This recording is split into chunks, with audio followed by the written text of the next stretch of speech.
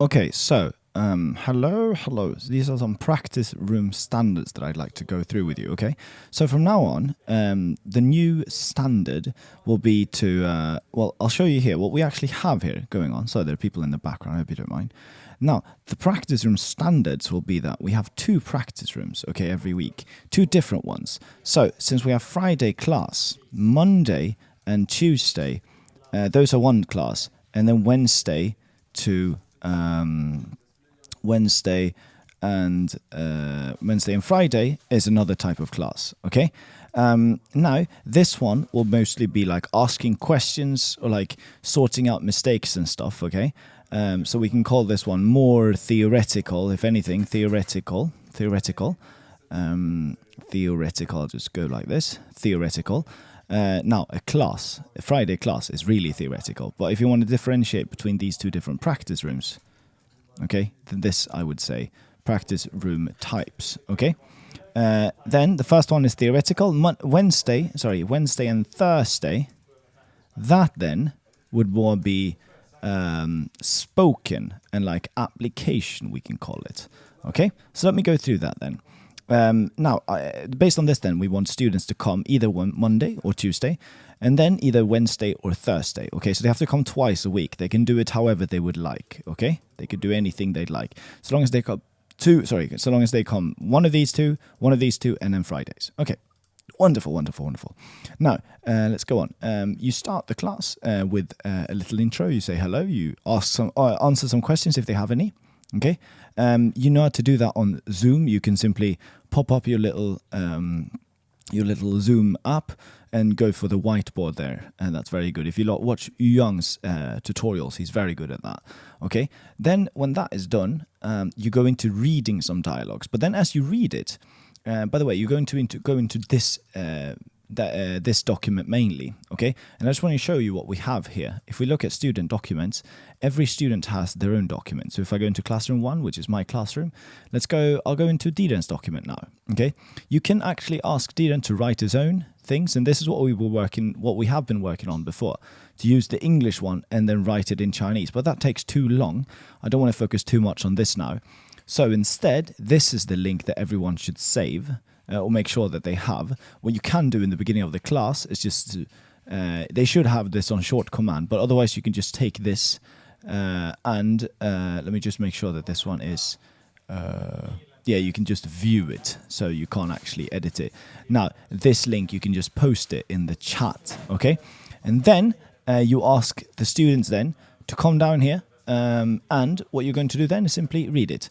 Now, I would suggest that you read it once and then another student reads it together with you. And then meanwhile, you will ask some questions, okay? So maybe one student A reads this one. 我可以问一下你吗？我这边有没有地铁站 ？Okay? 我要到火车站，坐车到中国南方。And so what you do then is, well done. And if you want to, you can stop now, because I think that's good. The first time you read something, you should be quite slow. That's why this first session, by the way, what we're doing now is this one here. So it's practice room 1. It's more theoretical. Okay, back at this then. So then you can ask any student. Don't ask the student who just read it, because it's better to involve everyone. Just ask randomly and make sure that everyone gets asked at least once every few minutes or so. 我要到火车站. And then what? 坐车, okay, 到中国南方. So what I've done here is this sentence, I've underlined it, meaning that this is something that you as a teacher need to focus on, okay? So you just have to, I can't write down exactly what you have to focus on, but you can ask them if they understand it. If you don't see what the grammar point is here that I am referring to, then you'll just have to ask them if they understand the sentence and then try to identify what the problem is. But you, being a good teacher, you should be able to identify that maybe like dao, why can't we use qu? Just challenge yourself and challenge the students, like, can we use qu instead? And dao, what's the difference? And why do we use dao like that? And here, 坐车到, here doesn't mean qu. Here doesn't mean go, or doesn't mean arrive, or like to as a preposition. These questions you have to ask yourself and ask the students and make sure that they understand. Good. Then you continue reading. 这个地方没有地铁站，但是晚点有车带你去中心. Good. I actually stopped here and then I was talking a little bit about like 晚点, do you understand what that means? Or 晚一点. So I asked another student, like, what does the sentence mean? I always ask. Okay, good. Now, if you understand what it means, why does it mean, like so on. And then here it was like, car to take you downtown. And then we worked, for instance, with a the sentence. So like, 晚点, I wrote, 有带你去中心的车. And then we were talking about like, okay, I made one student like rephrase it to this kind of a sentence instead. Okay? And we worked with that a little bit. And then, 你要早点说呀. 我已经吃到了，现在几点? Okay, sometimes we don't have to talk about it unless it's necessary, but here it's very necessary. 现在1点多, and you have to ask them, what does this mean? So it's more than 1 o'clock. 快1点半了. Fast, it's 1.5 hours, some people think it might mean. So you have to talk about every part here. 快1点半了, and then 快, and then the 了. 几点的车 is also very interesting, so I highlighted that as well. Basically, what you just have to do as a teacher is follow along and make sure that you highlight these things, okay? And everything that is highlighted, you go through it with your students. If you don't understand, you can actually watch the practice room video of me, okay? If there's something you don't understand, why I've highlighted it, if you want to do extra research, you can just watch that video with me. I also very much encourage you to watch the video. Once you're done with this, please watch the video of me going through. You can just watch me going through one of these ones. In the practice room video link that I'll send to you here, that you'll have to watch after this one, I'll go through, in that class I went through all of these 3 ones, but you don't have to do that much, okay? You just have to go, or you don't have to watch that much, you can just watch this one, so you understand. And then 他们那里不关门, so they over there sounds a bit weird, so you have to sort of understand that and help them understand it, help them identify it. This is really when it's important that you become a good teacher. 开门, what would that refer to? Oh, to open your door. 这么好, very good, useful expression. Sometimes you just have to point it out. What can it mean? They just have to translate it. 可以慢一点, so can slower. In English, that sounds weird. So I was like, what could we translate this to? And they were like, then they realized that, this could be like, do it a bit slow. We have to slow down. Okay, I see it. 我们可以慢一点. Okay, and then this was really interesting. This is really interesting. 我有点不懂. Okay, and then we worked with that a lot. And I just used this same paper, and I was just like, 我有点不懂. Okay, so you can say, I understand it a little bit. 我有点懂, or 我有点喜欢, 我有点想去. Like this maybe. So I gave them loads of examples, and they had to write their own things and so on. This was quite a big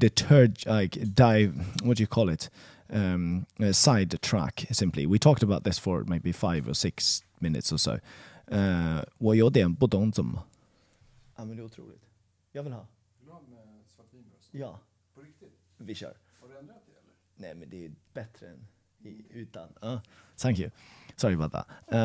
你可以告诉我. And then you continue, 没问题，在中国，在中心找一下中心的地铁，很多人知道这个地方。好的，我走了，拜拜，谢谢，慢走，拜拜。Good, and that is done, and now you're done with this. So the first time you read this one, you might want to go slow a little bit. The first time you prepare for this as a teacher, but the second time and the other times it'll be easy. You'll just go. I imagine if you're a good teacher, this will be easy for you. You'll know exactly what to talk about here. If you don't feel too experienced, then this might be a bit more tricky. Don't worry, just look at my practice rooms and see what I talk about if you want any help. Next times you do this, it'll be easy. Okay, so now we've talked about reading the dialogues and asking questions. Then it's also important that you just read. So looking at number 3 here, sorry about that, looking at just number 3.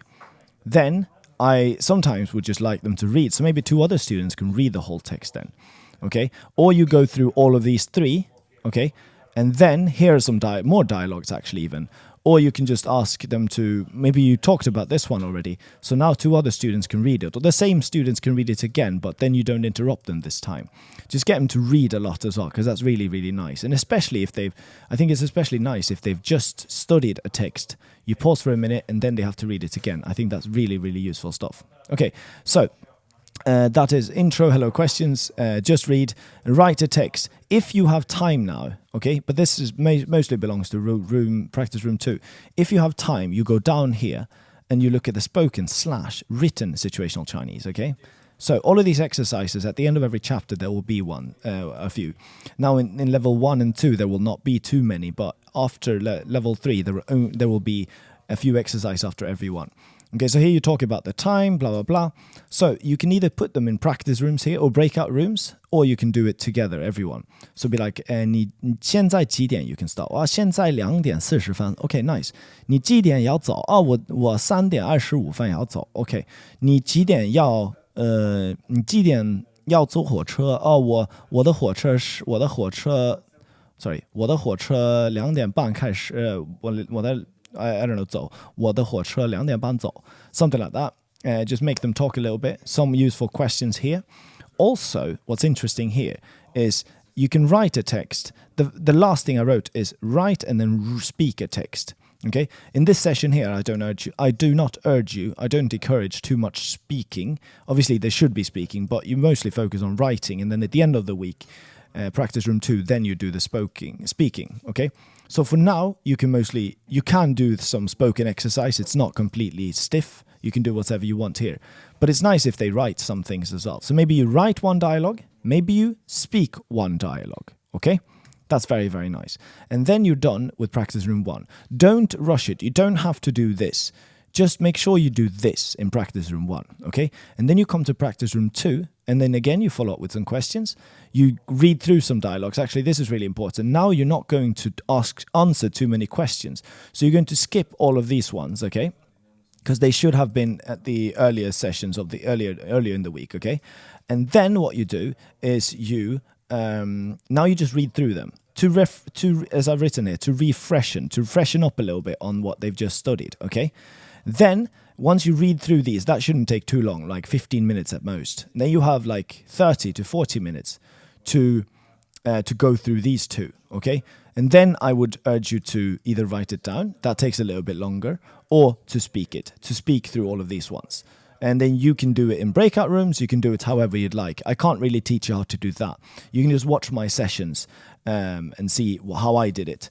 Now, after this, there will be a link if you go back to the guidebook. The first link will be me teaching practice room standards of 1. And then there'll be another link underneath teaching you practice room standards 2. Okay, practice room 2 standards. Please watch both of those so you understand how I do it. You can do it on the playback speed of 2 times 2, so it's twice as fast, so it doesn't take that long to see. Just so you understand how I do it.